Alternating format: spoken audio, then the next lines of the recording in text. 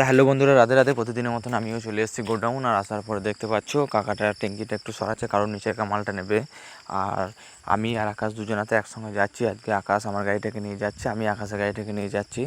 তো একই রুটে যাচ্ছি। মালটা আলাদা জায়গায় খালি হতে পারে হোক, কিন্তু আমরা একই রুটে যাচ্ছি বলে আমরা একই সঙ্গে যাব।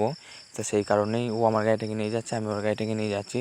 তা তোমাদেরকে একটু দেখাই যে একটা লোড ট্রাক্টর যে ব্রেকডাউন হয়ে গেছে, তা খুবই কষ্ট লাগে যে মানে কেরুর সঙ্গে যদি এরকম না হোক, ঠাকুর আশীর্বাদে। তা চলো, আমি ওর গাড়িটাকে দিয়ে দিয়েছি, আমি আমার গাড়িটাকে নিয়ে নিয়েছি। মানে আমরা দুজনে এবারে আলাদা আলাদা জায়গায় পজিশানে খালি করবো। আর কি বলবো বন্ধুরা তোমাদেরকে, যে এই রকম পজিশানে একটা দাদু হেঁটে যাচ্ছিল, আমি চাপিয়ে নিলাম। তো তোমাদের সঙ্গে যদি এরকম কেরুর সঙ্গে হয়ে থাকে, তাহলে তোমরা একটু দাদুটাকে হেল্প করো। তা বয়স্ক মানুষ তো একটু হেঁটে যেতে কষ্ট হচ্ছিলো। তো চলো, ফাইনালি আমি যেখানে মালটা খালি করবো সেখানে আমি চলে এসেছি। তাছাড়া পর দেখি এখনও দোকানটা খোলেনি। আর আমি দূর থেকে দেখতে পেলাম যে ঢাক ঢোল বাজিয়ে একটু মা মনসা মানে নিয়ে যাচ্ছিলো। তো চলো, আমি দূর থেকে একটু প্রণাম করে নিলাম, মাকে একটু স্মরণ করে নিলাম। তা বসে থেকে দেখো দোকানে বোরিং লেগে যাচ্ছিলো। তো তোমাদের একটু দেখায় যে বালিয়াঘাটে কত গাড়ি লেগে রয়েছে। তা চলো, ফাইনালি আমার যেখানে খালি করবো সেখানে গাড়িটাকে লাগিয়ে দিয়েছি। আর এই যে কাকাটা চলে এসছে, মালটাকে নামিয়ে নিয়ে tata bye bye, Radhe Radhe.